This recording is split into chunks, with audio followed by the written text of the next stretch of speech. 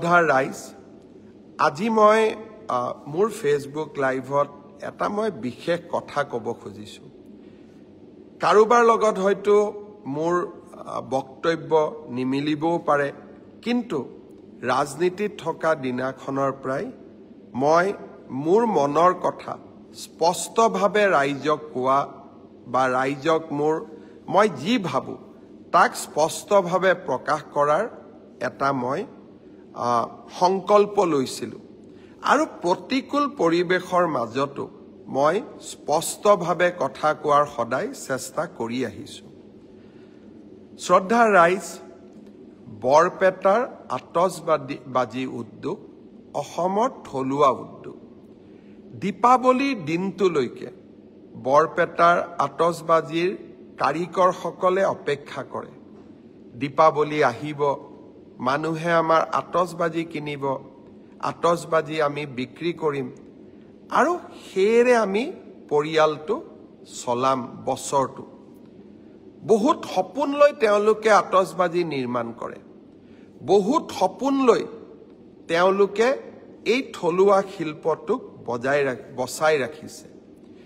এইকেইদিন কোনোবাই কৈ আছে দীপাৱলীত বোমা ফুটাব নালাগে বৰপেটাৰ আতচবাজি শিল্পীসকলে কেনেকৈ ঘৰখন গোটেই বছৰটো চলাব তেওঁলোকৰ কাৰণে চিন্তা কৰাৰ দায়িত্ব আমাৰ নাই জানো অসমত ফাটুৱা জাৰি কৰাৰ যিটো এক প্ৰৱণতা এছাম সংগঠনে গঢ়ি তুলিছে তেনেকে ৰাজ্যখন চলিব নোৱাৰে মই আকৌ এবাৰ মনত কৰিম জুবিন গাৰ্গৰ গোটেই জীৱনটোই আছিল দুখীয়া জনৰ কাৰণে মই ভাবো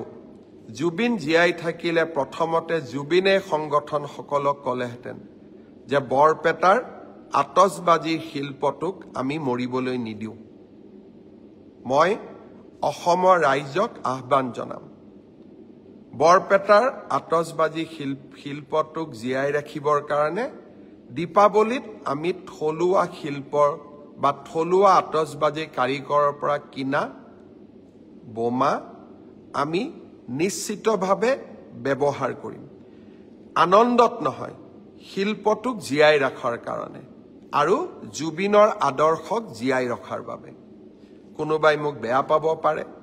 আৰু যিসকল সংগঠনে টেলিভিছনৰ পৰ্দাত উলিয়াই যিকোনো এটা ফটোৱা জাৰি কৰি দিয়ে তাক আমি অন্তত আমাৰ চৰকাৰ থকালৈকে আমি তেনেকে চলিব দিব নোৱাৰো কাৰণ আমি এইখন অসম মানৱীয় মূল্যবোধৰ মাজেৰে আগুৱাই যোৱাটো বিচাৰো সনাতন আমাৰ সংস্কৃতি দীপাৱলী অতীজৰে পৰা আমি পালন কৰি আহিছো বোমা ফুটাব লাগে নালাগে মই নকওঁ কিন্তু দীপাৱলীও পালন নকৰো যদি তেতিয়াহলে আমি বৰদিনো পালন নকৰিম যদি বৰদিন পালন নকৰো আমি নিউ ইয়াৰ্সও পালন নকৰো আৰু যদি নিউ ইয়াৰ্স পালন নকৰো তেতিয়াহলে আমি ঈদো পালন নকৰো আমি তেনেকুৱা কৰিব পাৰিম জানো আৰু সেই কাৰণে মই অসমবাসী ৰাইজক আহ্বান জনাম আমাৰ সভ্যতা সংস্কৃতিক আমি কোনো কাৰণতে এৰি নিদিওঁ আৰু সভ্যতা সংস্কৃতিক আমি আগুৱাই লৈ যাম আৰু বিনম্ৰতাৰে সৈতে আগুৱাই লৈ যাম মনৰ দুখৰ মাজতো আবেগৰ মাজতো আমি বৰপেটাৰ আতচবাজি শিল্পক আমি মৰিবলৈ নিদিওঁ কোনোবাই কৈছে যে এই বছৰ ইনকাম নহলে অহা বছৰ ইনকাম কৰিব কেনেকৈ কৰিব ক'ৰ পৰা কৰিব কোনে দিব সেই কাৰণে মই সিদ্ধান্ত লৈছো যে এই বছৰ বৰপেটাৰ আতচবাজি মই নিজেই কিনিম আৰু বৰপেটাৰ আতচবাজি ময়ো ফুটাম কিয় কাৰণ বৰপেটাৰ শিল্পটোক আমি জীয়াই ৰাখিব লাগিব বাকি আন ফটকাৰ লগত মোৰ সম্বন্ধ নাই কিন্তু দীপাৱলীও আমি পালন কৰিম বিনম্ৰতাৰে পালন কৰিম সংযমেৰে সৈতে পালন কৰিম আৰু জুবিনক বুকুত লৈ আমি দীপাৱলী পালন কৰিম শ্ৰদ্ধাৰ ৰাইজ